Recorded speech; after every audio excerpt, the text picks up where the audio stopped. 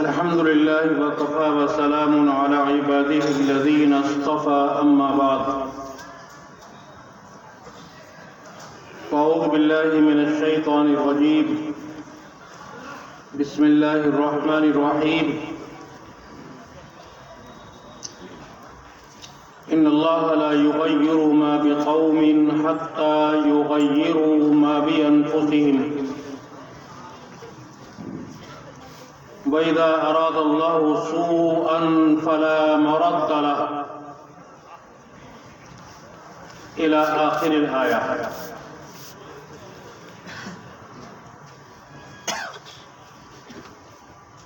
Stage پر بیٹھے ہوئے علماء کرام اور ہمارے سامنے بیٹھے ہوئے ہمارے بزرگ، نوجوان اور پیارے بچوں،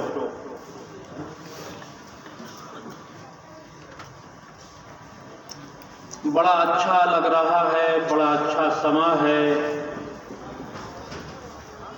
اور بڑی رونق ہے، اور یہ ثمرہ ہے آپ کے مدرسے مدینہ العلوم کے سالانہ اجلاس کا۔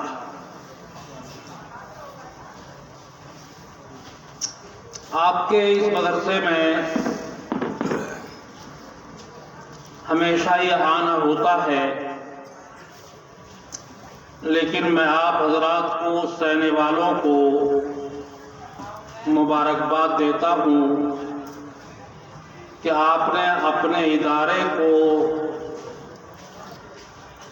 جہاں تک پہنچایا ہے، اور قاری عالمگیر صاحب کی محنت نے جو آپ کے اس ادارے میں چار چاند لگائے ہیں اور آپ نے ان کا ساتھ دیا ہے، میں آپ کو اس پر مبارکباد دیتا ہوں، اور اس پر بھی مبارکباد دیتا ہوں کہ آپ بڑی محبت کے ساتھ، بڑے پیار کے ساتھ اپنے مدرسے کے اجلاس میں یہاں بیٹھے ہوئے اور اپنی محبت کا اپنے ادارے کے ساتھ ثبوت دے رہے ہیں۔ ہمیں بڑی خوشی ہوئی مدرسے کے حالات دیکھ کر، اس کی عمارتوں کو دیکھ کر، اس کی تعلیمی حالت کو سن کر، اور مدرسے کے محتمم اور اساتذہ کی محنتوں کو دیکھ کر بڑی خوشی ہے۔ اللہ تعالیٰ اس ادارے کو پورے گاؤں کے لیے اصلاح کا ذریعہ بنائے، ہدایت کا ذریعہ بنائے، اور ہمارا کوئی بچہ اور بچی بے تعلیم کے نہ رہے۔ یہ سب سے بڑی کامیابی ہوگی۔ معلوم ہوا ہے کہ عالمہ کا کورس بھی شروع ہو گیا ہے اور بڑی کامیابی کے ساتھ چل رہا ہے، یہ بھی بڑی خوشی کی بات ہے، اس لیے کہ آج کے زمانے میں ہم یہ دیکھ رہے ہیں کہ علم کے حاصل کرنے کا جو ذوق ہماری بچیوں میں پایا جاتا ہے، ہمارے بچوں میں وہ ذوق نظر نہیں آتا، اور یہ بڑی اچھی بات ہے، اس لیے کہ اسلام میں تعلیم حاصل کرنا جس طرح ایک مرد کا فریضہ ہے، عورت کا بھی فریضہ ہے۔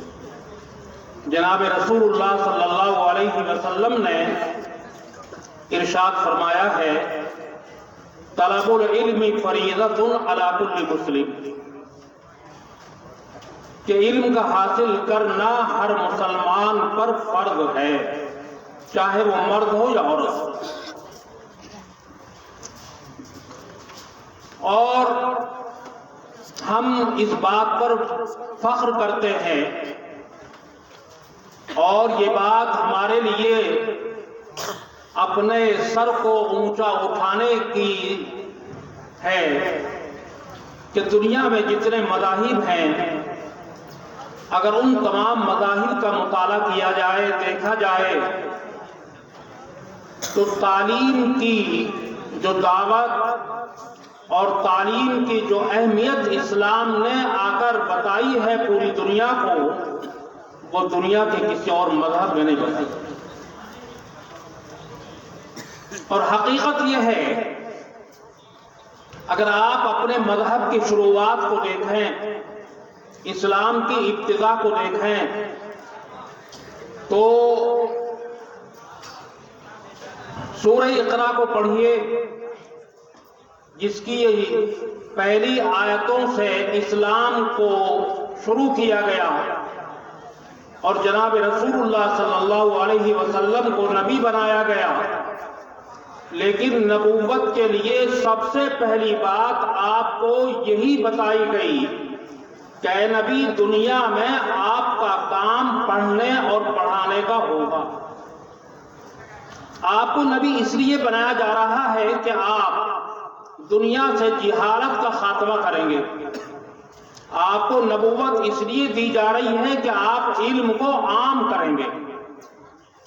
تو علم کو حاصل کرنا اور تعلیم کو عام کرنا، یہ جناب رسول اللہ صلی اللہ علیہ وسلم کی وراثت ہے، آپ کا ترکہ ہے۔ اور الحمدللہ آپ جناب رسول اللہ صلی اللہ علیہ وسلم کے اس وراثت کو اپنا رہے ہیں اور اس ترکے کو اپنا رہے ہیں اور اپنے ادارے کے ساتھ محبت کا ثبوت دے رہے ہیں، جس کی وجہ سے آپ کے بچے بھی پڑھ رہے ہیں اور بچیاں بھی پڑھ رہی ہیں۔ علم ہی سے انسان ہے، ورنہ ننگے گلے حیوان۔ بہرحال میں یہ بات تمہیدی طور پر آپ کو بتا رہا تھا اور آپ کو مبارکباد دینی تھی کہ آپ کا مدرسہ ترقی کی طرف گامزن ہے۔ یہ پورے گاؤں کے لیے باعث رحمت ہے، باعث برکت ہے اور پورے گاؤں کے لیے خوشی کی بات ہے۔ اگر علم کے اوپر گفتگو کی جائے تو اس کے لیے بڑا وقت چاہیے، اس لیے مجھے خیال ہے اپنے دوسرے حضرات کا بھی کہ ان کو بھی وقت دینا ہے۔ بزرگوں اور بھائیوں، آپ آج اپنے اس ملک میں جن حالات سے گزر رہے ہیں، ان حالات کو سمجھنا اور ان حالات کو سمجھنے کے بعد آنے والے مصائب اور پریشانیوں کا دفاع کرنا ہر مسلمان کا فرض ہے۔ غافل ہو کر گھروں میں مت بیٹھنا، بلکہ سمجھو اور سمجھنے کے بعد اللہ تبارک و تعالیٰ نے مصائب اور پریشانیوں کے ازالے کے لیے جو چیزیں بیان فرمائی ہیں، جناب رسول اللہ صلی اللہ علیہ وسلم نے جو نسخہ ہم کو دیا ہے، ہمیں اپنے حالات کو تبدیل کرنے کے لیے اس نسخے کو اپنانا پڑے گا۔ خاموش بیٹھنے سے کام نہیں چلنے کا، اپنانا پڑے گا۔ کسی مدرسے کے جلسے کے 3 مقصد ہوا کرتے ہیں۔ پہلا مقصد تو جلسے کا، مدرسے کا یہ ہوتا ہے کہ آپ کے بچے اور بچیوں نے پورے سال جو علم حاصل کیا ہے، جو تعلیم حاصل کی ہے، اس کی کچھ جھلک آپ کے سامنے آ جائے اور اس جھلک کو دیکھ کر آپ کو اطمینان ہو جائے کہ ہمارا دیا اور لیا ہوا ہمارے کام آ رہا ہے اور آپ کو خوشی ہو جائے۔ ایک تو یہ مقصد ہوا کرتا ہے۔ دوسرا مقصد مدرسے کے جلسے کا یہ ہوتا ہے کہ مدرسے کے جو مصارف ہیں، اساتذہ کی تنخواہیں ہیں، طلباء کے مصارف ہیں یا خرچے ہیں، ان خرچوں کے لیے سال بھر کے لیے کچھ پیسہ جمع ہو جائے تاکہ مدرسے کے محترم صاحب اور مدرسین اطمینان کے ساتھ مدرسے کا کام کر سکیں۔ الحمدللہ یہ دونوں کام ہو گئے۔ تعلیمی حالت بھی آپ کے سامنے آ گئی، اور مدرسے کو جو چندہ آپ دے رہے ہیں ہمیں امید ہے کہ آپ اس چندے میں بھی پیچھے نہیں ہوں گے بلکہ آگے جا رہے ہیں۔ ہو سکتا ہے کہ قاری صاحب نے پہلے ہی وصول کر لیا ہو یا اب دینے والے ہوں۔ کل دن میں چندہ ہو گیا، بہرحال وہ کام بھی ہو گیا، کل کو ہوگا۔ اچھا، بہرحال اس میں بھی آپ محنت کریں۔ اور تیسرا کام جو اہم ہے وہ یہ ہے کہ مدرسے کے اجلاس کی مناسبت سے جو علماء آئے ان علماء کی باتوں کو سنا جائے اور مدرسے کے اجلاس کو اپنے لیے ہدایت کا ذریعہ بنایا جائے۔ آج جو آپ حضرات بیٹھے ہوئے ہیں اطمینان کے ساتھ بیٹھے ہیں اور اس تیسرے مقصد کو پورا کریں، اس لیے کہ بچے مدرسے میں جا کر علم حاصل کر لیں گے، لیکن تمہارے لیے علم کے حاصل کرنے کا ذریعہ یہی جلسہ ہے۔ آپ حضرات مدرسے میں نہیں جائیں گے، تعلیم حاصل نہیں کریں گے، بلکہ آپ کو موقع دیا جا رہا ہے کہ اساتذہ سے باتیں سنو، علماء کی باتیں سنو اور سننے کے بعد اس پر عمل کرو، تاکہ یہ جلسہ ہدایت کا ذریعہ بن جائے، اصلاح کا ذریعہ بن جائے۔ ہمارے اندر جو خرابیاں پیدا ہو چکی ہیں، ہمارے اندر جو برائیاں پیدا ہو چکی ہیں، اس جلسے کا ایک مقصد ان برائیوں کی نشاندہی کرنا ہے اور ان برائیوں کو چھوڑنے کا عزم کرنا ہے اور ارادہ کرنا ہے۔ مسلمانوں ایک بات یاد رکھو، اس عالم کے ٹھیک کرنے اور بگاڑنے کی ذمہ داری آپ پر ہے، دوسروں پر نہیں ہے۔ مسلمانوں پر ذمہ داری ہے اس عالم کو ٹھیک کرنے کی۔ اگر مسلمانوں نے اپنے آپ کو ٹھیک کر کے اس عالم کو سنوارا، اس دنیا کو سنوارا، تو دنیا سنور جائے گی، اور اگر مسلمانوں نے اپنے حالات کو تبدیل نہیں کیا، برائیوں کو دور نہیں کیا، تو فساد پیدا ہوگا اور اس فساد کا سبب ہم اور آپ ہوں گے۔ دوسروں کی ذمہ داری نہیں ہے۔ رحمت بنا کر جناب رسول اللہ صلی اللہ علیہ وسلم کو دنیا میں بھیجا گیا، اور جب آپ رحمت بن کر دنیا میں آئے تو آپ کے ماننے والے بھی دنیا کے لیے رحمت بن کر زندگی گزارے ہیں۔ آپ کے ماننے والے بھی اسی چیز کو لے کر زندگی گزارے جس سے عالم کے اندر صلاح پیدا ہو، جس سے عالم کے اندر اصلاح ہو، عالم بالکل ٹھیک ٹھاک چلے اور اس میں کوئی خرابی نہ ہو۔ دنیا کو خراب کرنے کی ذمہ داری اور ٹھیک کرنے کی ذمہ داری ایمان والوں پر ہے۔ اگر ایمان والوں نے اپنے ایمان کو ٹھیک رکھا تو دنیا اچھی طرح چلتی رہے گی، اور اگر ایمان والوں نے اپنے ایمان کو ٹھیک نہیں رکھا، اپنے ایمان کی حفاظت نہیں کی، تو یاد رکھو دنیا ٹھیک نہیں چلے گی، دنیا میں خرابیاں پیدا ہوں گی، اور اس خرابیوں کے پیدا ہونے کی ذمہ داری آپ پر ہوگی، اور اللہ تعالی ہم سے پوچھے گا کہ ہم نے تمہیں دنیا کو بنانے کے لیے بھیجا گیا تھا، تم نے دنیا کو خراب کیوں کیا؟ دوسروں سوال نہیں ہوگا، اس لیے کہ دوسرے تو بغیر سوال کے اپنے ٹھکانے چلے جائیں گے، سوال ہم سے ہوگا، ہر معاملے کو ہم سے پوچھا جائے گا۔ تو آج کے جلسے کو کامیاب بنانے کے لیے میں زیادہ آپ کے درمیان نہیں رہوں گا۔ ترمذی کے ایک حدیث ہے بہت لمبی، جناب رسول اللہ صلی اللہ علیہ وسلم نے ترمذی کی اس تفصیلی حدیث کے اندر یہ بات ارشاد فرمائی ہے کہ جب ایمان والوں کے اندر 15 برائیاں پیدا ہو جائیں گی تو ان برائیوں کے پیدا ہونے کے بعد ایمان والوں پر مصیبتیں آئیں گی، ایمان والوں پر بلائیں آئیں گی، ایمان والوں پر پریشانیاں آئیں گی۔ وہ 15 برائیاں کیا ہیں؟ جناب رسول اللہ صلی اللہ علیہ وسلم کی اس حدیث کی روشنی میں ہمیں دیکھنا چاہیے۔ میں ان تمام برائیوں کو تفصیل کے ساتھ نہیں بتا سکتا، لیکن 2-4 باتیں آپ کے سامنے کر کے رخصت ہو جاؤں گا، اور مقصد یہ ہوگا کہ اگر وہ برائی ہمارے اندر پیدا ہو گئی ہے تو اس وقت جو ہم مصیبت میں ہیں، پریشانی میں ہیں، بلائیں ہم پر آ رہی ہیں، تنگیاں ہم پر آ رہی ہیں، یہ سب ان برائیوں کا نتیجہ۔ پہلی برائی کیا ہے؟ جناب رسول اللہ صلی اللہ علیہ وسلم نے ارشاد فرمایا، غور سے سنو، کہ جب ایمان والے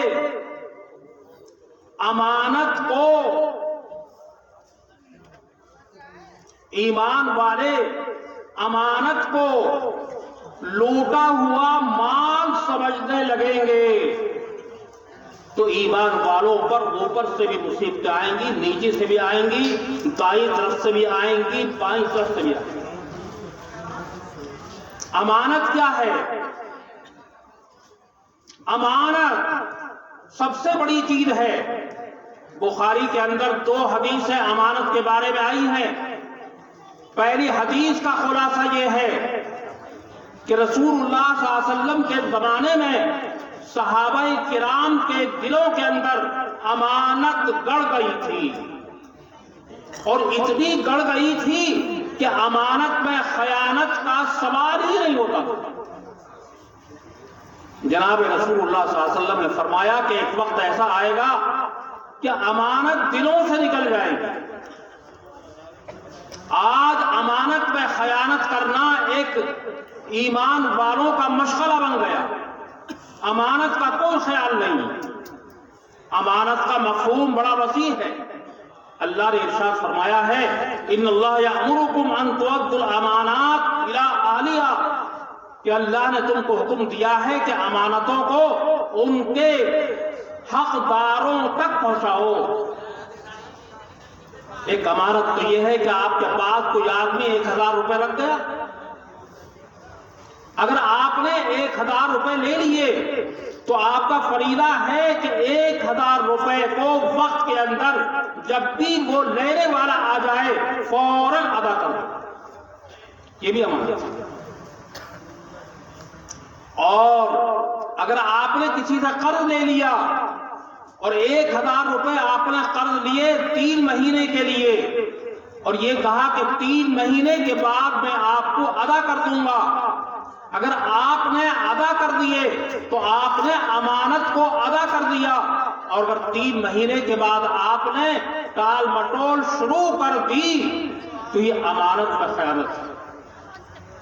کیا قرضوں کو لینے کے بعد وقت پر ادا کیا جا رہا ہے؟ آپ پر کتنے حقوق ہیں؟ جس کا بھی حق آپ پر ہے۔ ماں باپ پر اولاد کا حق ہے، اولاد کے اوپر ماں باپ کا حق ہے، اور اولاد کا ماں باپ پر ہے۔ ان دونوں حقوقوں کو بھی امانت کہتے ہیں۔ ماں باپ کا فریضہ یہ ہے کہ اولاد کا ان پر جو حق ہے وہ اس کو ادا کریں، اور اولاد کا فریضہ یہ ہے کہ ماں باپ کا ان پر جو حق ہے وہ اس کو ادا کریں۔ اگر دونوں ایک دوسرے کے حقوق کو ادا کریں گے تو امانت کی ادائیگی ہوگی، اور اگر ماں باپ نے اولاد کے حقوق کی طرف کوئی توجہ نہیں دی، جس طریقے سے ماں باپ کو اولاد کی تربیت کا ذمہ دار بنایا گیا ہے، اور قرآن نے صاف کہا ہے کہ ماں باپ اپنی اولاد کے نگراں ہیں، ان کو تربیت دینے کے لیے، ان کو تعلیم دینے کے لیے، ان کو سیدھا راستہ بتانے کے لیے ماں باپ کو نگراں بنایا گیا ہے۔ اگر انہوں نے نگرانی نہیں کی تو اللہ تعالیٰ پوچھیں گے، بغیر پوچھے کام نہیں چلے گا، میدان حشر میں پوچھا جائے گا۔ اولاد کا کیا حق ہے ماں باپ پر؟ ابھی مولانا تقریر کر رہے تھے آپ کے سامنے، یہ اولاد اللہ کی امانت ہے ماں باپ کے لیے، لہذا ماں باپ کا فریضہ ہے کہ اس اللہ کی امانت میں خیانت نہ کریں، ان کا کوئی حق باقی نہ رہنے دیں، بلکہ جو فریضہ ان پر ہے وہ اس کو ادا کریں۔ آپ کے پاس مال ہے، ترکہ ہے، اس مال میں سے آپ کے لڑکوں کا بھی حق ہے اور آپ کی لڑکیوں کا بھی حق ہے۔ اگر آپ نے اپنا پورا مال لڑکوں کو دے دیا اور لڑکی کو آپ نے مال نہیں دیا تو اس کا مطلب یہ ہوا کہ لڑکی کی جو امانت تھی آپ نے اس میں خیانت کی، اور آپ کی اولاد جتنی اس کو کھائے گی اپنی بہنوں کے مال کے حصے کو کھائے گی۔ آپ کو یہ سب باتیں امانت کے اندر آتی ہیں، اب آپ کو خیانت نہیں کرنی چاہیے، لڑکوں کے حق کو بھی ادا کرنا چاہیے۔ اللہ تعالیٰ نے لڑکے اور لڑکوں کے حق کو بیان کرنے کے لیے جتنی تفصیل کے ساتھ قرآن میں 2 رکوع نازل کیے ہیں، کسی اور چیز کو بیان نہیں کیا۔ اللہ تعالیٰ نے لڑکوں کے حصے کو بھی متعین کر دیا، لڑکیوں کے حصے کو متعین کر دیا۔ آپ مجھے بتائیں، کیا کوئی اپنے ترکے میں سے لڑکیوں کو حصہ دے رہا ہے کیا؟ فیصلہ کرو، بتاؤ۔ آپ اپنی زمین لڑکوں کو دیتے ہیں، لڑکی کو بھی دیتے ہیں، حالانکہ اگر 3 بیگھے زمین ہے تو 2 بیگھے آپ کے لڑکوں کی ہے اور 1 بیگھہ لڑکی کی ہے۔ اگر لڑکی کو زمین نہیں دی جائے گی تو لڑکی کا حق پوری زندگی لڑکے کھائیں گے اور کسی کے حق کو کھانا حرام ہے۔ اگر کسی کا حق آپ کے حق میں مل گیا ہے تو وہ مال آپ کے لیے حرام بن گیا، حلال نہیں رہا۔ امانت کو ادا کرو، اس کے بغیر کام نہیں چلے گا۔ کسی کو کوئی توجہ نہیں ہے، توجہ بالکل نہیں ہے۔ اتنا آپ کو سمجھایا جا رہا ہے، پڑھایا جا رہا ہے، لیکن ہم اپنے حالات کو بدلنے کو تیار نہیں۔ کیا اللہ کی طرف سے مصیبتیں نہیں آئیں گی؟ پریشانیاں نہیں آئیں گی؟ کیا آئیں گی؟ میں تفصیل میں جانا نہیں چاہتا۔ ایک تو یہ ہے کہ جب امانت کو لوگ لوٹ کا مال سمجھنے لگیں گے تو امت پر مصیبتیں آئیں گی۔ آگے جناب رسول اللہ صلی اللہ علیہ وسلم نے فرمایا وَالزَّكَاةُ مَغْرَمًا، کہ اگر ایمان والے زکوٰۃ کو تاوان سمجھنے لگیں گے تو یاد رکھو مصیبت آئیں گے۔ زکوٰۃ ہم پر فرض ہے، زکوٰۃ کی فرضیت کا تصور ہی ہمارے ذہنوں سے نکل گیا۔ ہم اپنے اوپر نماز کو فرض مانتے ہیں لیکن زکوٰۃ کی فرضیت کی طرف ہمارا کوئی دھیان نہیں، حالانکہ اللہ تبارک و تعالیٰ نے قرآن پاک میں نماز اور زکوٰۃ کا ساتھ ساتھ ذکر کیا ہے، وَأَقِيمُوا الصَّلَاةَ وَآتُوا الزَّكَاةَ، اور ساتھ ساتھ ذکر کرنے کا مطلب یہ ہے کہ اگر کوئی نماز پڑھنے والا زکوٰۃ نہیں دے گا تو نماز بھی اللہ کے یہاں قبول نہیں ہوگی، اور اگر کوئی زکوٰۃ دینے والا نماز نہیں پڑھے گا تو اس کی زکوٰۃ بھی اللہ کے یہاں قبول نہیں ہوگی۔ جو حیثیت نماز کے فرض ہونے کی ہے وہی حیثیت تقریباً زکوٰۃ کے فرض ہونے کی ہے، لیکن زکوٰۃ کو ہم نے اپنے اوپر تاوان سمجھ دیا۔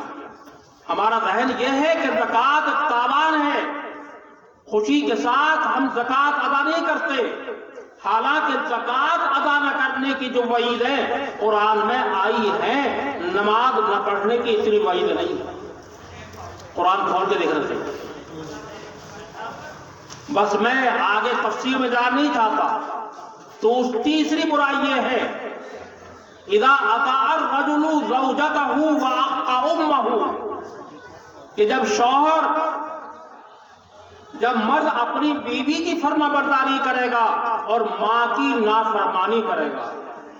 اگر یہ برائی ایمان والوں کے اندر پیدا ہو گئی کہ اپنی ماں کے اوپر اپنی بیوی کو ترجیح دی جانے لگی، اپنی بیوی کی فرما برداری کی جانے لگی اور ماں کو باندھی سمجھا جانے لگا، تو یاد رکھو اللہ کی طرف سے مصیبتیں آئیں گی، پریشانیاں آئیں گی، اور ان مصیبتوں کا ازالہ آپ نہیں کر سکتے جب تک کہ یہ برائی نہ چھوڑو۔ کیا آپ بیوی کی فرما برداری اور ماں کی نافرمانی معاشرے کے اندر عام نہیں ہے؟ شادی ہونے کے بعد بیوی کی چلتی ہے، ماں تو بیچاری باندھی بن جاتی ہے، ماں نوکرانی بن جاتی ہے اور بادشاہت کرتی ہے بیوی۔ اللہ کے رسول نے فرمایا کہ ماں کا بہت بڑا حق ہے، باپ کے مقابلے میں ماں کے 3 حق ہیں، اس لیے کہ ماں نے 3 مصیبتیں برداشت کی ہیں۔ پہلی مصیبت کیا کی کہ 9 مہینے تمہیں اپنے پیٹ میں لیے پھری۔ 9 مہینے پیٹ میں لیے پھرنا کوئی معمولی بات نہیں، کتنی پریشانی اس کو 9 مہینے اپنے پیٹ میں رکھنے سے ہوئی وہ ماں ہی جانتی۔ اور جب آپ دنیا میں آئے، دنیا میں آنے کے بعد اس نے دنیا میں آنے کے وقت میں کتنی پریشانی اٹھائی ہے۔ حقیقت یہ ہے کہ عورت بچے کے پیدا کرنے کے وقت میں جو پریشانی اٹھاتی ہے وہ دوسرا جنم لیتی ہے، اس پریشانی کی کوئی حد نہیں ہے۔ اور تیسری پریشانی یہ ہے کہ جننے کے بعد 2 سال یا 2.5 سال تک ماں نے اپنا خون دودھ کی شکل میں تمہیں پلایا، اور 2.5 سال کے اندر جو تربیت کی ہے اور جو پریشانی ماں نے اٹھائی ہے باپ کو تو پتہ بھی نہیں۔ اس لیے جناب رسول اللہ صلی اللہ علیہ وسلم سے سوال کیا گیا کہ ہم پر ماں کا حق زیادہ ہے یا باپ کا؟ تو آپ نے فرمایا ماں کا۔ دوسری مرتبہ پوچھا گیا تب بھی آپ نے کیا فرمایا؟ ماں کا۔ تیسری مرتبہ پوچھا گیا تب بھی آپ نے فرمایا ماں کا، اور چوتھی مرتبہ آپ نے فرمایا کہ باپ کا بھی حق ہے، اس لیے کہ باپ کے مقابلے میں ماں کو تکلیف اٹھانی پڑتی ہے، باپ کو اتنی تکلیف اٹھانی نہیں پڑتی۔ تو اللہ کے رسول نے فرمایا جب یہ برائی عام ہو جائے گی، اطاع الرجل زوجتہ واقع امہ، کہ مرد اپنی بیوی کی فرما برداری کرے گا، بیوی کی بات مانے گا اور ماں کی نافرمانی کرے گا۔ اور آپ نے کیا فرمایا کہ جب قوم کا سربراہ، قوم کا پردھان، قوم کا بڑا آدمی رذیل ہوگا، اور یہ برائی جب آ جائے گی تو اس برائی کے آنے کے بعد بھی مصیبتیں پیدا ہوگی۔ اور آپ نے آگے فرمایا کہ جب امت کے اندر یہ برائی پیدا ہو جائے گی، ابر الرجل صدیقہ، کہ اپنے دوست سے تو لوگ اچھے تعلقات رکھیں گے لیکن باپ کے ساتھ ظلم کریں گے، اور اپنے دوست کا معاملہ اگر باپ کے ساتھ آ جائے گا تو لوگ دوستوں کو ابھاریں گے، باپ کو نیچا دکھائیں گے، یعنی ہر حال میں اپنے دوست کی بات مانی جائے گی، باپ کی بات نہیں مانی جائے گی۔ وجفا اباہ، اللہ کے رسول نے فرمایا کہ جب دوست کی بات مانی جائے گی اور باپ پر ظلم کیا جائے گا تو اللہ کی طرف سے مصیبت آئے گی۔ بہرحال میں عرض کر رہا تھا کہ 15 برائیاں آپ نے بیان فرمائی کہ 15 برائیاں جب امت کے اندر پیدا ہو جائیں گی تو امت پر مصیبتیں آئیں گی، پریشانیاں آئیں گی، اور ان پریشانیوں کا علاج صرف یہ ہے کہ ان برائیوں کو چھوڑو۔ بہرحال میں نے یہ باتیں آپ کے سامنے اس لیے کہی ہیں کہ آج جن حالات سے ہم دوچار ہیں ان حالات کے آنے کے ذمہ دار بھی ہم ہی ہیں۔ اگر ہم اللہ تبارک و تعالیٰ کی بات مانیں اور ان برائیوں کو ہم چھوڑ دیں، ان برائیوں سے ہم توبہ کر لیں تو اللہ تعالیٰ ہماری مدد فرمائے گا، اللہ تعالیٰ ہمارے حالات کو درست فرمائیں گے۔ بہرحال وقت چونکہ زیادہ ہو گیا اس لیے میں اپنی بات کو یہیں پر ختم کرتا ہوں۔ اللہ تعالیٰ ہمیں ان باتوں پر عمل کرنے کی توفیق عطا فرمائے۔ وآخر دعوانا الحمدللہ رب العالمین۔